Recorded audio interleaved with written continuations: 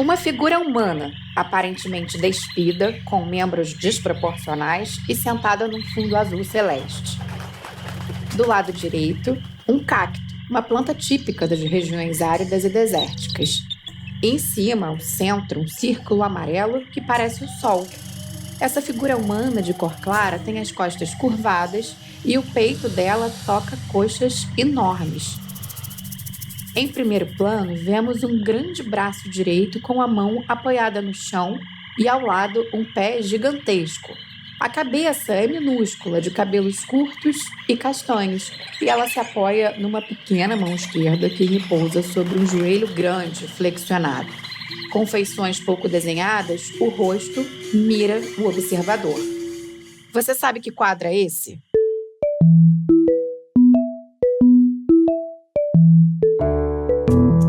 Pela descrição, você já pode ter deduzido que estamos falando de Abapuru, da Tarsila do Amaral.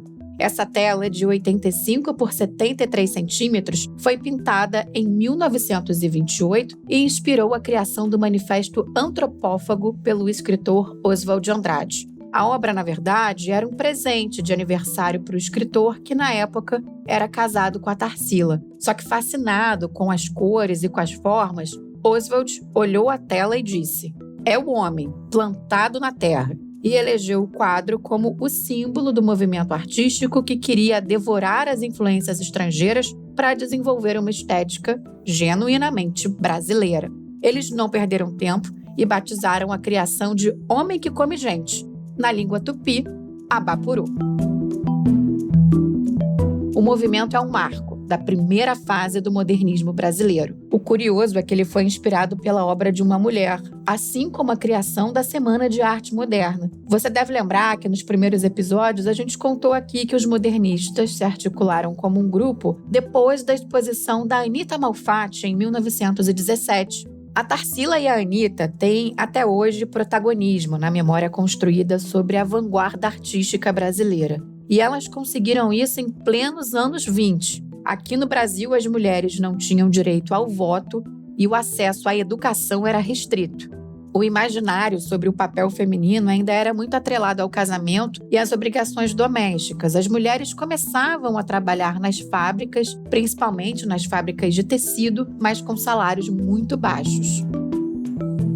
Eu queria lembrar algo que é um pouco fora desse circuito restrito do modernista paulista, que é a luta das próprias mulheres, desde finais dos anos 10 e começo dos anos 20. A professora Ana Paula Cavalcante Simeone, do Instituto de Estudos Brasileiros da USP, é a nossa convidada nesse episódio. Ela pesquisa a relação entre gênero e arte e lembra que a participação das mulheres no modernismo paulista faz parte de um contexto mais amplo na luta por reconhecimento. Em 1919, no Rio de Janeiro, a Berta Luz, uma bióloga que era funcionária do Museu Nacional no Rio de Janeiro, ela fundou a Liga para a Emancipação Intelectual da Mulher, que é o embrião da Federação Brasileira pelo Progresso Feminino, que é inaugurada em 22. Então, veja, em 1922, a gente tem a semana, por um lado, dando essa centralidade para as mulheres, mas, de outro lado, e eu vejo isso como algo articulado no campo da política e da cultura, a gente tem a Federação Brasileira pelo Progresso Feminino, fundado pela Berta Luz, e que vai ter um grupo aí de mulheres intelectuais, artistas, né, importante. Dentre elas, por exemplo, a Georgina de Albuquerque faz parte desse grupo, a arquiteta Carmen Portinho faz parte desse grupo, e esse grupo está lutando pelo quê? Pelo reconhecimento das mulheres no campo intelectual, das artes, pelo direito ao voto. Então, isso tudo está acontecendo em 22. Ana Paula Simeone também é autora de um trabalho sobre as estratégias de consagração das mulheres na arte brasileira. E é essa pesquisa que vai nos ajudar a responder a seguinte pergunta: a história que conhecemos sobre as artistas modernistas está livre de ideias pré-concebidas sobre o papel da mulher? Eu sou Paula Martini e esse é Bem Mais que o Modernoso, um podcast sobre o centenário da Semana de Arte de 1922.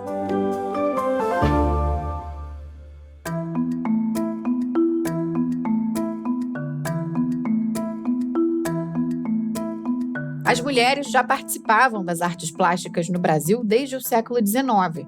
Só que o desenvolvimento profissional delas era dificultado por vários fatores. Por exemplo, A presença das artistas era proibida na antiga Academia Imperial de Belas Artes, no Rio de Janeiro. Isso até 1892, quando só homens eram admitidos na instituição. As mulheres tinham que estudar através de aulas particulares e cursos livres, mas tudo isso sem a técnica com modelo vivo, porque naquela época a reprodução do nu era considerada imprópria para o pudor das mulheres. Mas mesmo assim, algumas delas começaram a ser reconhecidas antes mesmo de Tarsila e Anitta. Vamos voltar em 1884. Naquele ano, a pintora e desenhista Abigail de Andrade recebeu medalha de ouro em 2 de 5 trabalhos que ela apresentou na exposição geral. Era um evento realizado desde 1840, que teve 26 edições e mais de 500 artistas. Mas foi só na última versão desse evento, em 1884, que o júri premiou uma mulher com o maior reconhecimento. Anos mais tarde, em 1922, mesmo ano da Semana de Arte Moderna, foi a vez da pintora Georgina de Albuquerque se consagrar na chamada pintura histórica, que até então era dominada pelos homens. Ela apresentou um quadro chamado Sessão do Conselho de Estado e ele representou uma certa ousadia, porque colocou em primeiro plano uma mulher na reunião em que se discutiu a necessidade de o Brasil se tornar independente de Portugal. Todos esses movimentos contribuíram para uma presença mais atuante e também mais reconhecida de artistas mulheres no movimento modernista.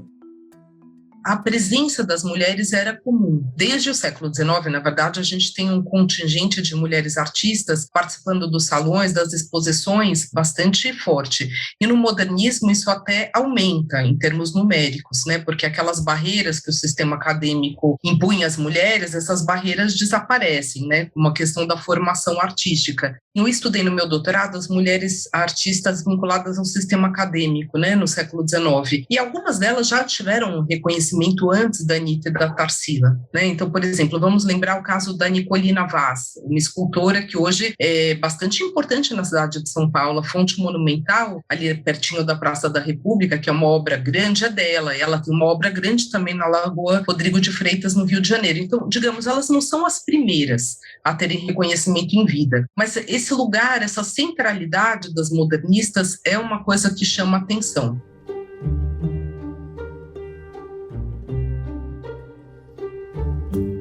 Em uma carta a Anita Malfatti, Mário de Andrade diz o seguinte: a pintura brasileira hoje está dependendo das mulheres e nas mãos delas. Tu, Tarsila e Zina sempre caminhando enquanto os homens decaem. A frase de Mário revela que as pintoras já eram reconhecidas em vida pelos colegas modernistas, ainda que algumas delas tenham perdido espaço na história da arte e não sejam tão conhecidas hoje em dia. Só que esse protagonismo das mulheres nas vanguardas artísticas do século XX é um fenômeno quase que exclusivamente brasileiro. Ana Paula Cavalcante Simeone é quem vai contar pra gente também. E na semana propriamente dita, a gente pode dizer que no campo das artes visuais, as mulheres têm uma presença forte. A gente tem a Anita Malfatti, a gente tem a Zina Aita, que hoje é menos conhecida, mas na época era uma artista bastante inovadora. A gente tem a Regina Gomes de Graça participando, ou seja, a gente tem 3 mulheres só no campo das artes visuais. E no campo da música, é importante a gente lembrar da Guilmar Novaes, que não era uma compositora, ela era uma intérprete, mas era um nome muito forte na cultura brasileira e que projetou muito o Brasil no exterior. Então, muita gente foi ao Teatro Municipal para ouvi-la tocar. Digamos que a presença feminina é bastante central. Agora, presença não garante reconhecimento. Eu acho que esse é o diferencial do Brasil. Aqui a gente já tem, no momento em que essas mulheres estão atuando, na sua própria vida, digamos, nos seus momentos áureos, um reconhecimento dos pares. E isso é incomum. E nesse sentido é muito legal lembrar do Clube dos 5, porque um clube, digamos, é um grupo de amigos, né, formado pelo Mário de Andrade, pelo Oswald de Andrade, pelo Menotti Del Picchia, os 3 escritores muito importantes no modernismo paulista e no modernismo brasileiro, Janeiro, e 2 mulheres, a Anita Malfatti e a Tarsila do Amaral. Ou seja, em 5 nomes potentes, a gente ter 2 mulheres já reconhecidas pelos pares em vida, me parece incomum. Eu tenho procurado fazer esse trabalho comparativo com outros países e eu encontro pouca repercussão semelhante ao Brasil em outros países. Acho que o único caso realmente próximo do brasileiro é o caso da Rússia, das vanguardas russas, em que as mulheres atuaram na primeira linha, foram reconhecidas pelos pares e hoje em dia muito reconhecidas pelas instituições e pela historiografia. Mas me parecem os 2 exemplos mais fortes nisso até hoje. A pesquisadora também identificou que as primeiras modernistas perderam prestígio nas décadas seguintes. Elas continuaram trabalhando e expondo em salões, mas já ocupam um lugar de relativa marginalidade a partir de 1930, na Era Vargas. Uma das evidências desse declínio data dos anos 1940. Foi, olha só, quando o MoMA, o Museu de Arte Moderna de Nova York, enviou um emissário aqui para o Brasil para comprar as obras de brasileiros e fundar a coleção da América Latina. Na época, o museu não se interessou por nenhum quadro da Tarsila ou da Anita. Então, como que vai se chegar a essa imagem delas como pioneiras do modernismo da forma que conhecemos hoje?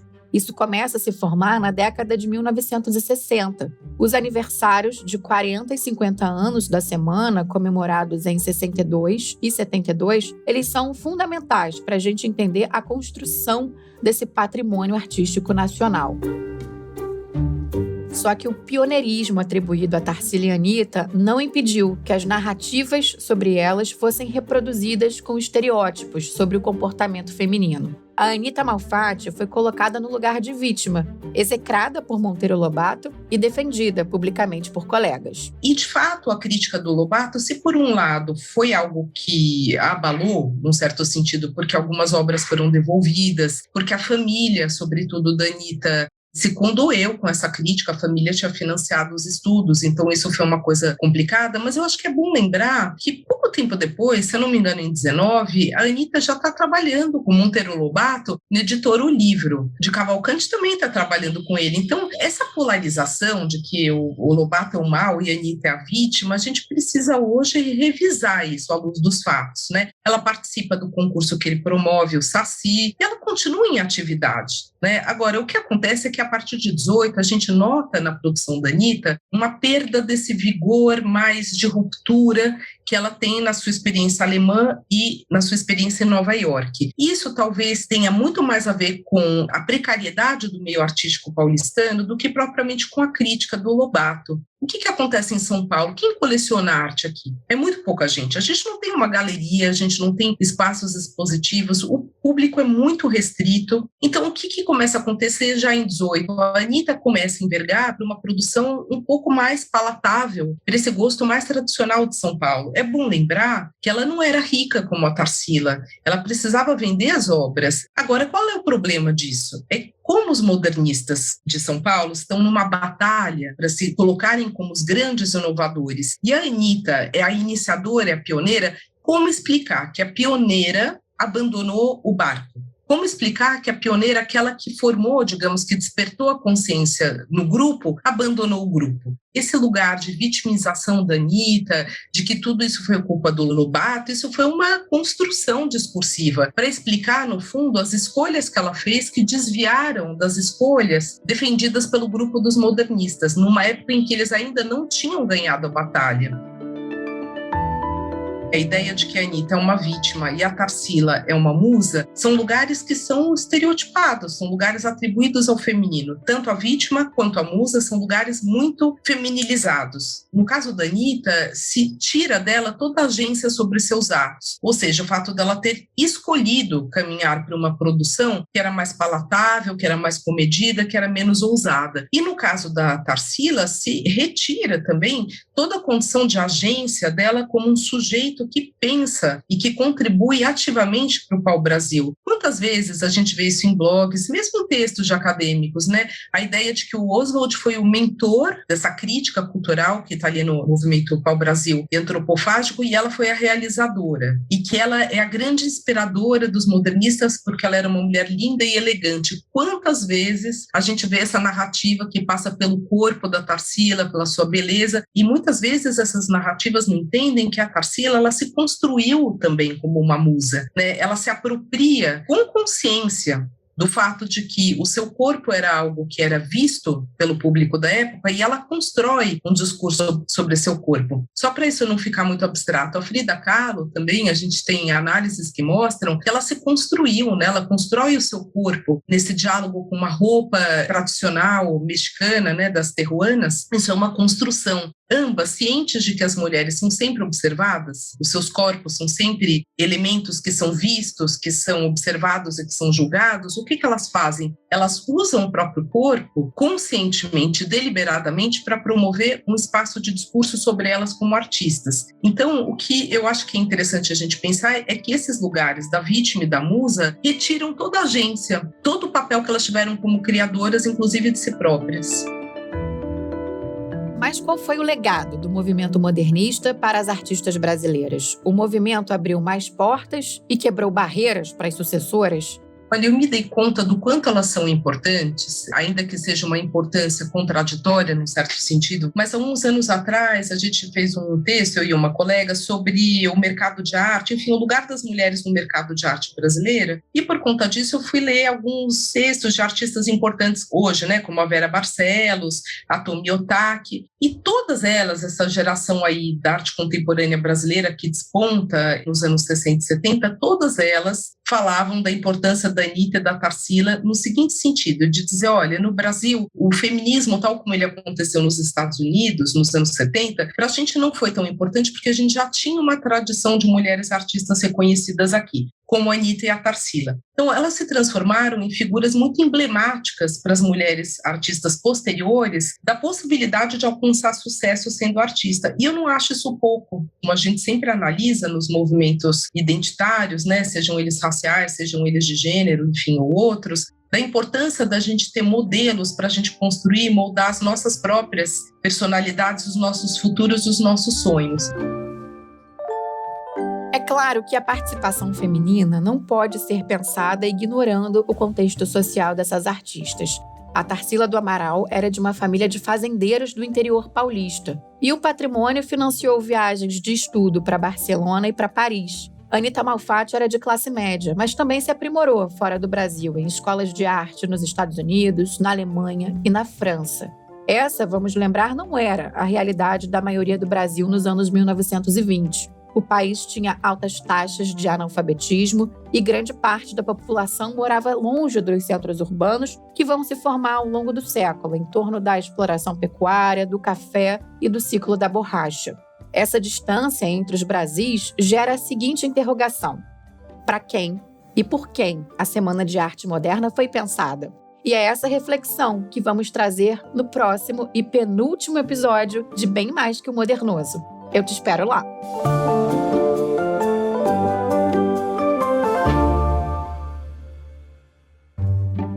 Com a minha apresentação, Paula Martini, este podcast foi produzido pela Maremoto para a CNN Brasil. Roteiro e pesquisa, Paula Martini e Lucas Scherer. Produção, Danilo Santana. Edição e sonorização, Murilo Lourenço e Ana Mariquito. Coordenação geral, Paula Weinberg e Felipe Gomes. Coordenação de produto, Verônica Schneider. Coordenação editorial, Diego Toledo. O centenário da Semana de Arte Moderna de 1922 também é tema de uma série na tela da CNN. Você pode ver as reportagens no canal da CNN Brasil no YouTube e no site cnnbrasil.com.br. Todos os episódios do podcast Bem Mais que o Modernoso também estão no site da CNN. Conheça os nossos outros programas em áudio em cnnbrasil.com.br/podcasts.